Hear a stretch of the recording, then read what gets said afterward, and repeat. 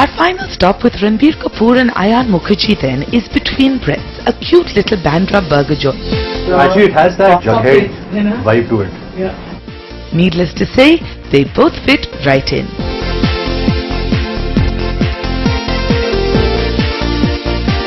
Ranbir, we have clearly lost to the world of Riverdale, which I cannot blame him for. Yeah.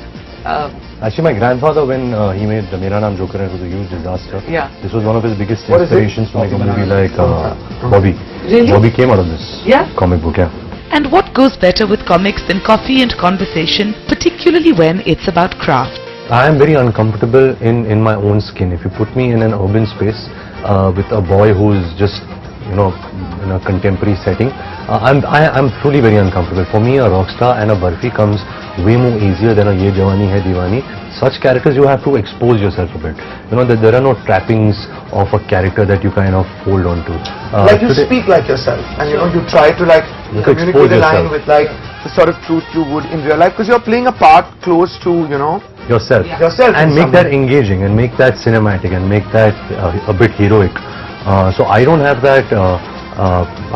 I mean, I do have charm on screen. I won't, you know, deny that, but I don't have that charisma on screen to make it work. Really? So to be honest, I don't have the charisma like a Mr. Shah Rukh Khan or Mr. Saif Ali Khan, which roles like this come very easily to them. But I prefer to do films like Barfi and Rockstar, so I can hide behind them. You know, I rather hide than actually show myself.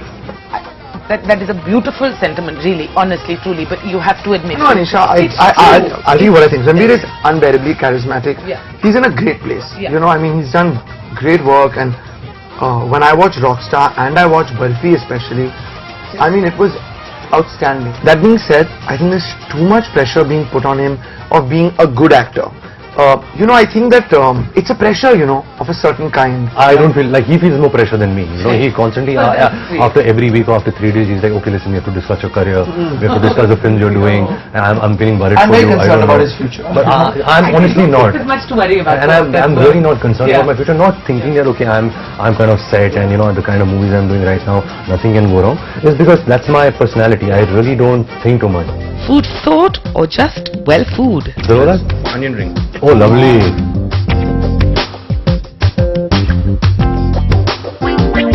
That's for her. Yeah. It's the best food in the world. And I've always believed that you can always judge a restaurant by its burger. It's very a restaurant, a hotel, you know, a coffee shop, and room service. If the burger's any good, Good burger? it's amazing.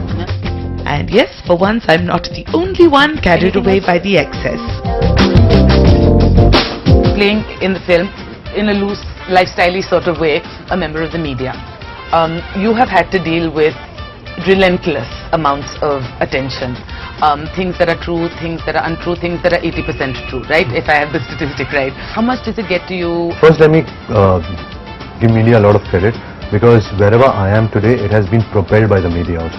Having said that, you know, where rumors, you know, newspaper articles, gossip columns, you know, now you have news channels which have half-an-hour shows of just one gossip item.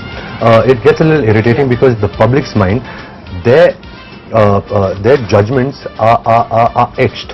You know, they'll form a judgment about you. They'll be like, "Arey, ye to ladki log ka dil tod raha hai. No, ye acha insaan nahi hai." How much do you follow? Like, do you guys like follow like all the stuff that happens? It's fun. I mean, it's great fun to kind of read about your colleagues. I and do your follow the contemporaries. Yeah. It's fun, but in a very like. Is it true though that if we really wanted the cupboard, that you are the person to come to? That's also another thing, like the phobias and the things that. But is it true? But that's true. It is, na? Because I'm interested. I'm He's interested in. films. And he's interested in people. Yeah. But more than people, you know, Ranbir, you can ask him like, what's the film being made? Like, what filmmaker is on what film? We're interested in films, yeah. I think that was before we got involved with films. You know, we like always, it's what we talk about. Right. We like, you know, we talk about film. That's it. You know, the themes in a film, it's very tricky when you try to intellectualize them. Because, I mean, A, it sounds pretentious, and two, it's not at the seed of when you start creating something or writing about something, because that comes from a very emotional, sort of visceral place. You're not aware that, oh, I'm going to make a coming-of-age film which is going to turn out exactly like that. You know, you start out with a fleeting idea of like a world that you want to write about.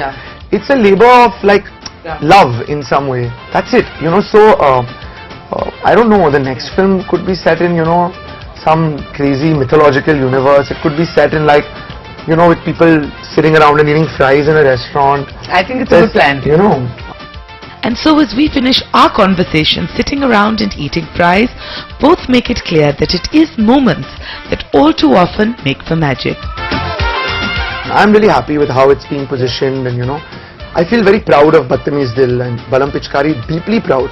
But I think that in the slightly urban media, or not urban media, in a certain kind of space, when a film promises too much fun, there's a feeling almost like, okay, this film is so much fun that it can't be deep. Yeah. And I think this is a very dangerous notion and a very dangerous attitude, because actually fun or joy is very profound, and it's what gets us by in our lives. I think a movie is